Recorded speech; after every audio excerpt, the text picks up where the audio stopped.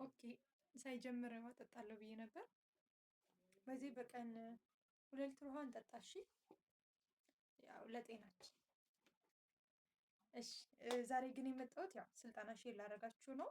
የ30 ምናምን ደቂቃ ኮሚትመንት የሚል ስልጠና ካዘጋጀው በኋላ እናንተም ደግሞ ትንሽ ቲፕ ሼር ባረጋችሁ ቆንጆ ነው ብዬ አስቤ ነው። እስቲ ኮሚትመንት ሲባል ጭንቅላታችሁ ለምንድን ነው የመጣው? ቁርጠኝነት ሲባል በጣም ብዙ ጊዜ መቼስ ይሄን ቃል ተጠቅመህ ነው እናውቃለና ዊ ዘንድሮስ ቆርጫለሁ ብላችሁ አታውቁም? በቃ ቆርጫለሁ ምናምን ምናምን ብቻ ይሄ ቃሉ በጣም ፋሚሊየር ነው ከኛ ጋር በጣም ደጋግመን እንለዋለን። ወይ ደግሞ ቁረጥ እንጂ አትባባሉ? ቆራጡን ቆራጥ ሁኚ ምናምን እንባባላለን ጓደኞቻችን ጋር ምናምን ማለት ነው። ታዲያ ቁርጠኝነት ሲባል ምን ማለት ነው? አንድ ሰው ሪል ቆረጠ የሚባለው ምን ምን ነገሮችን ሲያሟላ ነው? የሚሉትን ነገሮች አጠር አድርጌ ሼር አደርጋቸዋለሁ ማለት ነው። ትንሽ ደቂቃ ስለሆነ ያለኝ እንግዲህ ቁርጠኝነት ማለት በደንብ አዳምጡኝ። እንግዲህ አረፍተ ነገሩን ነግራችሁና ግን ቃል ህይወት ነው። የቃላቶቹን ደግሞ እያንዳንዱ ትርጉም እንተነትናለን ማለት ነው። ቁርጠኝነት ማለት አንድ ግልጽ የሆነን ግብ ለማሳካት በደንብ አዳምጡኝ። አንድ ግልጽ የሆነን ግብ ለማሳካት ይህንን እተገብራለሁ ወይ ደግሞ እንደዚህ አይነት ጸባይ እንደዚህ አይነት ካራክተር አሳያለሁ ብሎ ለራስ ቃል መግባት ዛትስ ኮልድ ቁርጠኝነት ይባላል። አሁን ይሄ ሙሉ ዲፊኔሽኑ ነው። አሁን እዚህ ውስጥ የተለያዩ ወርዶች አሉ። የመጀመሪያ ኮሚትመንትን ለመባል ምን ይፈልጋል? ግልጽ የሆነ ግብ ይፈልጋል ማለት ነው።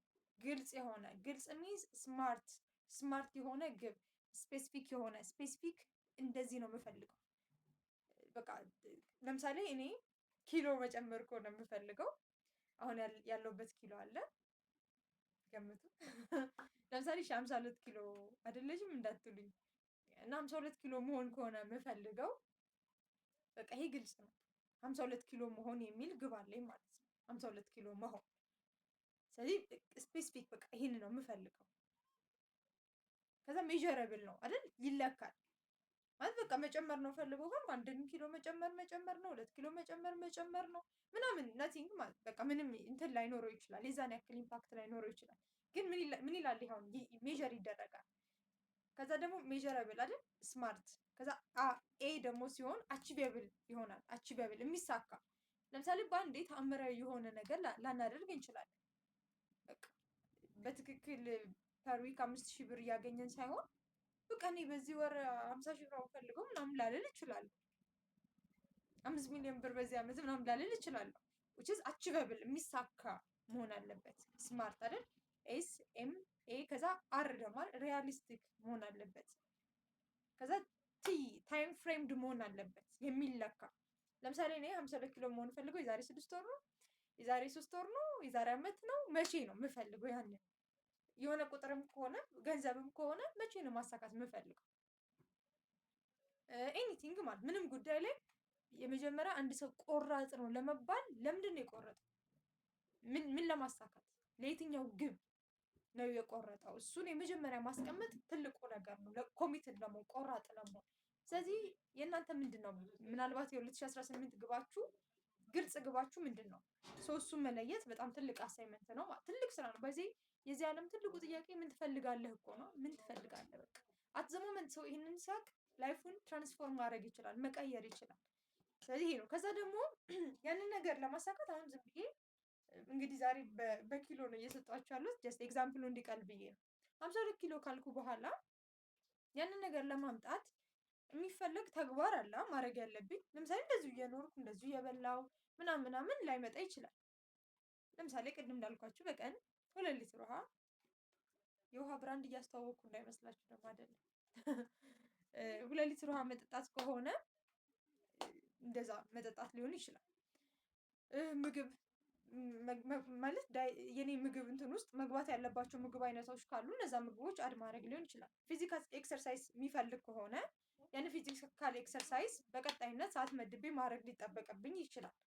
ብቻ ኤኒቲንግ እንቅልፍ አድ ማድረግ ካለብኝ፣ ያሉብኝ ስትረሶች ካሉ መቀነስ ካለብኝ፣ ከምግብ ዝርዝሬ ውስጥ መውጣት ያለባቸው ነገሮች ካሉ which is የሆነ ኮሚትመንት ግን ይፈልጋል።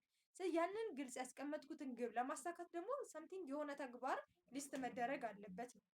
ይሄ ምንድነው? በጣም ወሳኝ። ከዛ ደግሞ ሌላ ደግሞ ካራክተር ነው። ካራክተር ማለት መላበስ ያለብኝ በቃ ምናልባት በፊት በቃ ምግብ ሳትጠብቂ የማልበላ ከሆነ የሆነ ዲሲፕሊን ከጎደለኝ ሰዓቴ ምናምን ልክ ካልሆነ ምናምን ምን ማድረግ አለብኝ? ያንን ለአዲሱ ለምፈልገው ጉዳይ አዲስ መላበስ ያለብኝ ካራክተር አለ፣ ፐርሶናሊቲ አለ። እሱን ማንነት ደግሞ ሊስት አድርጌ እጽፋለሁ። በቃ ምን አይነት ጸባይ ማሳየት አለብኝ የሚለው ይህንን ነገር አድርጌ ከጨረስኩ በኋላ ከዛ ቃል መግባት ነው። በቃ ቃል መግባት። አሁን ቃል መግባት ሲባል በጣም ፓወርፉል ነገር ነው። የምሬን ነው የምላችሁ። እኔ ቃልን እንዴት እንደምታዩት አላውቅም።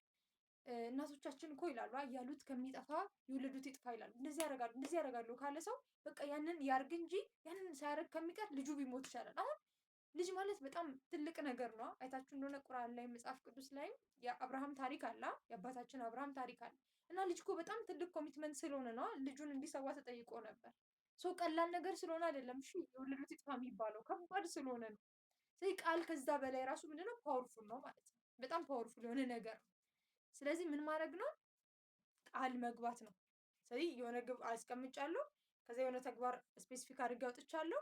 ከዛን ተግባር ደግሞ ብቻ ሳይሆን የሆነ መላበስ ያለብኝ ካራክተር ካለ እንግዲህ ስፖርተኛ ከሆነ ስፖርተኛ ሰው ኤኒቲንግ እውቀትም ከሆነ የአንባቢ ሰው ካራክተር ሊሆን ይችላል። ስራም ከሆነ ወርክ ዲሲፕሊኖች አሉ። ብቻ ያንን በማንነት መላበስ አለ። ከዛ ግን ቃል መግባት በቃ ይሄንን ነገር ማሳካት ወይ ማሳካት ብሎ ለራስ ፕሮሚስ መግባት፣ ይሄ ኮሚትመንት ይባላል። ስለዚህ 2016 አይኖ በየዘርፉ እየለፋን ነው፣ ዋጋ እየከፈል ነው ምናምን፣ ግን በዚህ ልክ ቁርጠኛ የሆናችሁበት ምን ግብ አላችሁ? ይሄንን ለራሳችሁ መልሱ። በጣም ነው የምወዳችሁ። ባይ ባይ።